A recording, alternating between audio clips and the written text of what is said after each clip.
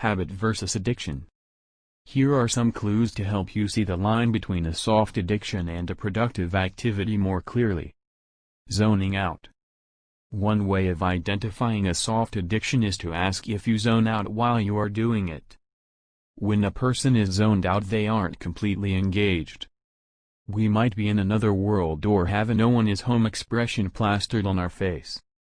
Zoning out implies that the true goal of the activity is numbness. Though we're physically engaged in an activity, our minds are off somewhere else. After the activity, we usually do not remember what we have done, seen, or read. While this often happens while viewing TV, it may also happen while shopping, working, having superficial conversations, or doing any number of activities. Escaping feelings. Certain activities numb us to our emotions, especially very strong emotions.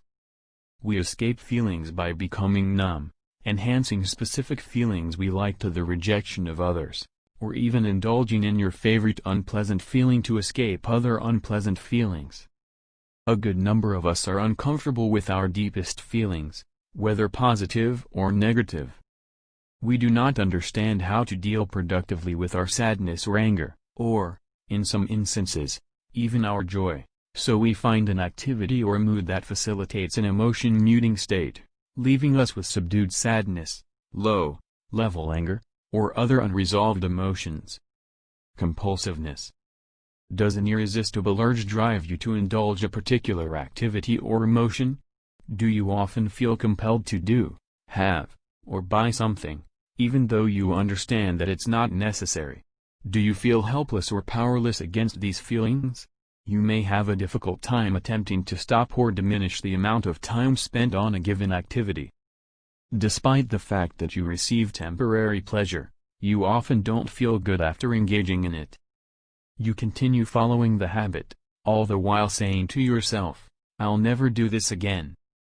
Even though you make an effort to stop, you cannot find the power to do so. Rationalization. If you are defensive or start justifying your actions, it is most likely a soft addiction. Denial is a refusal to admit, and rationalization is an excuse or explanation to justify a behavior. Both blunt our self-awareness and reduce our expectations of ourselves.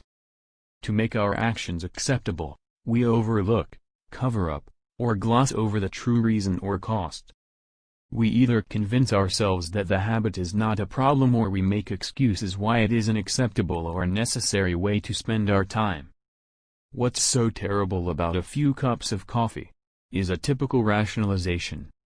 We may deny that the hours spent surfing the net are a great waste of time and energy.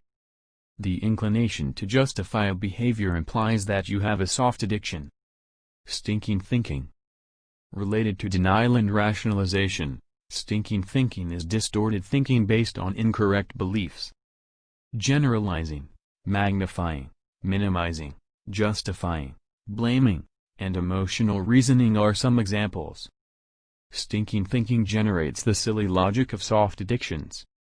For instance, there aren't calories when I eat standing up, or I can't exercise if I've already taken a shower. This kind of thinking is addictive in itself.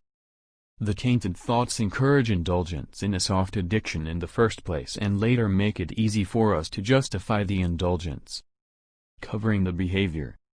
Beware of habits that turn into guilty amusements you seek to hide. Hiding the amount of hours you spend participating in an activity or lying to those around you about how you frequently spend your time or your money suggests that you have soft addictions. You are embarrassed of what you are doing, and that is why you desire to conceal it.